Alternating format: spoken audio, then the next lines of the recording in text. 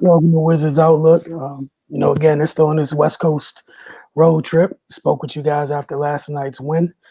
Tonight, it pretty much is it's not that much to talk about. It's a close game at the half. Devin Booker and the Suns got going in the third quarter, blew that thing open, and the Suns were able to snap the Wizards win streak with a 134-106 victory. Cardell, we'll start with you. Just your thoughts on this one, and then get to Ray. See what he has to say. It's just the difference between one team that's eyeing a championship and another team that's honestly right now headed for the lottery. That's basically what you saw tonight. Uh, the third quarter, the Wizards just weren't competitive, especially on the defensive end. Um, Phoenix got whatever they wanted. They blew the game over. Like you said, halftime was close, but in the third quarter, Phoenix just came out just they took turns just cooking the Wizards, and the Wizards never responded. Especially defensively, I don't know what the hell happened coming out the half. I'm just not really sure what that was all about. But to put things in perspective, uh, Phoenix has 8 guys that scored in double figures tonight. Um, Washington only had 3, and one was off the bench. Really got nothing from Rui. Um, then he was, rookie numbers. Alex Lynn really gave you nothing. Aiden did a number on them. Westbrook, he put up a triple double or whatnot. He did his usual damage. Neto was huge off, getting the start. He showed up. He elevated his game. Ish Smith being a veteran, he had 12 points. Outside those 3, you got nothing from nobody else. They were still in Golden State. Let's be honest. And the fact that Phoenix finished the game with only 3 turnovers, that's disgusting, man. Like that's I don't care if they got Chris Paul, Devin Booker. That means defensively they did not feel y'all at all. At all, man. It's just no excuse, man. Everybody playing back to backs. I get it. It's tough. You going from Golden State, you going to Phoenix and stuff like that. Hey, man, that's the league. You getting paid, but you gotta show up and play and put forth the effort, man. It's just like you said, man. It ain't really much to say. I thought Daniel Gafford looked like Daniel Gafford. Limited minutes. He came back. He made an impact in the first half. Rim protection. But finishing strong inside, playing with energy. But they said before the game he's gonna be on minutes restriction, so I knew, he can only give them so much. So he did his job, and also in my eyes, in the limited space that he had on, limited amount of time that he had on the court. But the Wizards defensively honestly, it looked like they just moved out the way in the third quarter and just let Phoenix get whatever they want. The turnover ratio, 16 turnovers from Washington, 3 turnovers from Phoenix. I don't even think I've ever seen nothing like that. I mean, Phoenix only allowed 4 points off turnover. I mean, damn, though. Like, man, come on, man. It ain't, like you said, man, it ain't really much to talk about. Washington want to come home. They're ready to come home and get in their own bed and go to sleep. That's what we saw today. Go ahead, Ray. Yeah, man.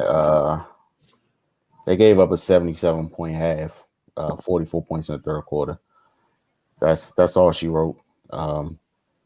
Yeah, they mailed it in the halftime. I don't know what that discussion was in the locker room on both sides, because Washington came out super flat and Phoenix came out, ready to get this game over with, and that's exactly what they did. Like Cardell pointed out, only 3 turnovers, and they shot damn near 50, 40, 100 for the game. Yeah, that's how you get the result that you got. He pointed out Daniel Gafford, but again, he's just coming off missing 6 games. He came in, gave him that energy, but of course he has to get back in game shape. He was winded, and they they had to get him out of there. But he fought, he did what he could, but yeah, man, overall this was a bad performance. Yeah, I don't know how you look at yourself after that one. Yeah, that post game speech in the locker room was, if there was one, was Brooks is probably just as dumbfounded as we are right now because that's not an NBA level performance, man. But yeah, I don't have too much to say. My notes are are not expansive at all. They just got blitzed after halftime and it was a wrap. Yeah, I don't really have too much to add. Go ahead, Gordo. Just let me just add this. They started the third quarter Phoenix. They went on a 21-4 run. It ended. It ended at the 8:02 mark. Hear what I'm saying. So third quarter starts. By the time the clock hit 8:17, Jay Crowder makes a 3-pointer. Devin Booker passes him. He hit a 3-pointer. That marked a 21-4 run.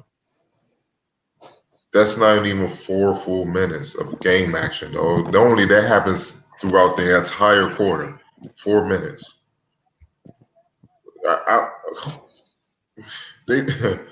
I mean, damn, dog. DeAndre Ayton making 3-pointers, dog. Like they did not feel y'all whatsoever.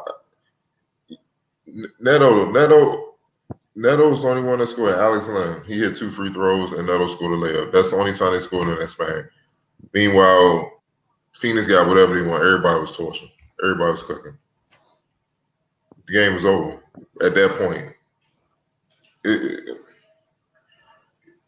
Man, like, go ahead, Wilson.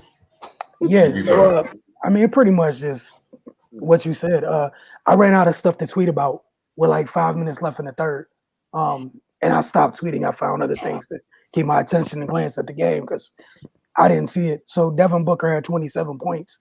18 of them came in that quarter.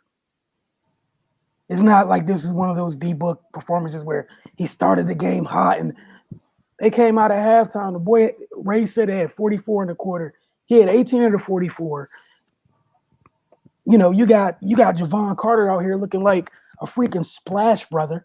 I'm not saying Javon Carter can't shoot or something, but that's not exactly how he got to the league. It's for a clip. Every campaign hitting threes. Like I said, they were unbothered. It looked like Phoenix shoot around. Everybody was comfortable shooting tonight. You got Devin Booker making 40-foot bounce passes in transition. The Mikal Bridges, like not once, but twice. Because I didn't even know what to tweet the second time because it was like I tweeted this a quarter ago. I had nothing to do. So we're not going to keep harping on this. They got a day to gotta get themselves together. You got Utah on Monday. You know, this is the league. This is where you're at. Whether Beal and Bertans are back, regardless of that, this type of performance can't repeat itself. How do you know? Like, what if Utah doesn't wait around until the third quarter? You know, Utah's been one of the better teams in the league for most of the season. If they start strong, because clearly, like there's another performance like this, it only takes one quarter out of 4. And everybody Utah could do it too. Utah could do it too because of the 3-point shooting. Phoenix shot 17 of 43 from 3-point range. How can a team feel comfortable enough to shoot 43 threes on you, man?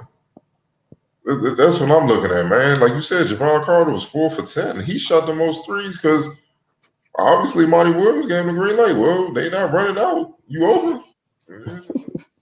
Knock him down, dog.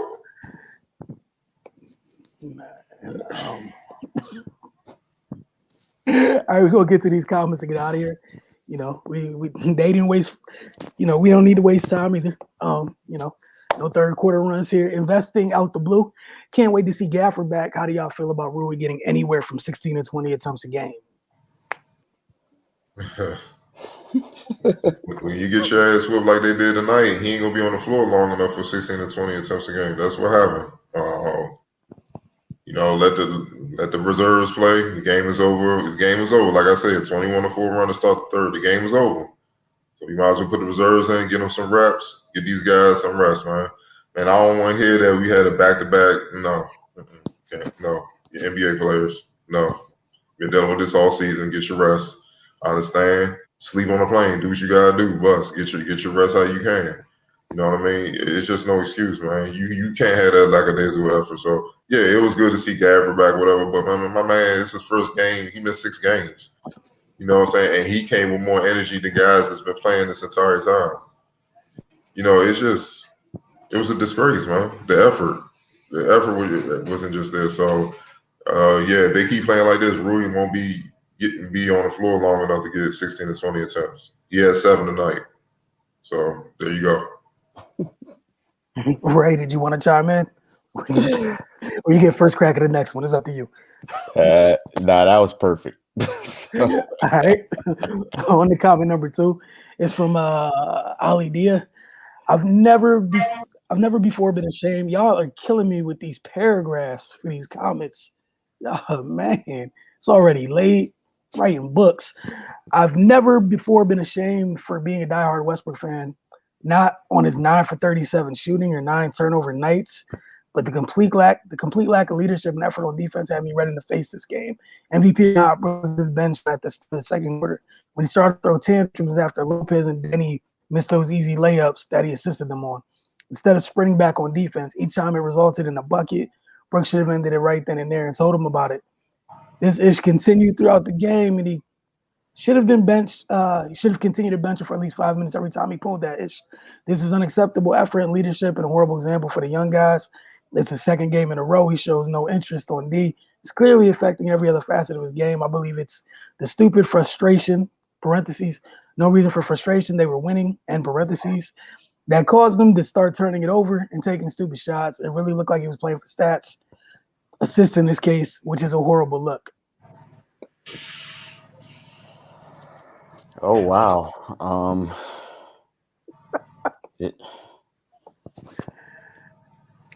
I don't think this is any different version of Westbrook than we've seen since we've been watching him play basketball. As far as poor leadership and whatnot, everybody on the team raves about his leadership, so I'm gonna trust their word over anybody else. Why would he not, say something to his teammates that miss wide open layups? I don't know if this person ever played basketball before or not, but if you miss a layup, then somebody gonna say something to you. That just is what it is. Yeah, as far as what they say, the lackluster effort on defense. I don't think nobody will ever criticize Russell Westbrook for not giving maximum effort. So yeah, I'm not. They might be confused with another player. I'm not sure what's going on here, but yeah, that's my 2 cents, man. Cardell, did you want to chime in or? I mean, the only thing I'll say is he is being a leader. He's getting on professional basketball players for missing point blank layups. He created an opportunity for them to get the easiest shot in basketball. They need those easy points. They don't get a lot of those. So you blow those points, that means the other team is getting a rebound, more than likely hit it off in transition. He's going to be frustrated, but I've seen him also a lot encourage these guys when they're down and stuff. It's past the point of, trying to encourage these guys. These guys got to wake up now because, Russ is competitive. He's trying to make a run and try to do all he can to try to help his team make a playoff push. But he can't do it alone. You know what I mean? These guys got to help him out. And missing point blank layups, that ain't going to happen. You know what I'm saying? So, like he said, early in the season, it was encouragement. But now it's like your ass got to be locked in. You got to make those shots, period. And if you can't make those shots, you need to be sitting down. So you can't always just butter them up all the time, man. It is what it is. I know Danny a rookie, but he had to wake up. He did. He missed like 3 layups in a row. It seemed like, and Lopez. But it is what it is. I have no problem with what he was doing or whatnot. Yeah, he gonna get frustrated at times. He's human. You know what I mean? Like they blowing point blank layups that he's creating, which you expect. You know what I'm saying? But most of the time, he hustles back. He keeps playing. So I don't really see the issue with that. All right, last but not least, we got Joshua McNeil. Russ is my favorite player. Wall is a way better floor general. I feel like that's what you guys are trying to say. You guys have all facts. Russ has to be better on these turnovers. Yeah, speechless on this one, so y'all can have this. Yeah, we decided yesterday that we wasn't responding to no more stuff like this. I appreciate the comment, Josh McNeil, but yeah, we put the nail in the coffin on this Russ John Wall thing. Yeah, I this is for the idiots that comment about the John. Yeah, he found at least one of y'all got it. So I appreciate it, man. That's what we've been trying to say. So yeah, we can move on. If we could get through to just one, but not. Y'all have a good night. There's no reason to delay this any longer. Tough loss for the Wizards. We'll see how they respond. 24 hours. Utah's Utah. So it could either be something like this. It could be either worse. It could be even worse. Or I don't know. You can respond and have a pulse and try to maybe want to stop someone. But I know if you were giving Javon Carter 10 looks from three, I dare you to give Ingles 10 looks from three without being bothered. He's going to hit more than 4. I'll throw that out there. For Cardell, Raymond, and myself, y'all have a great evening. See you guys.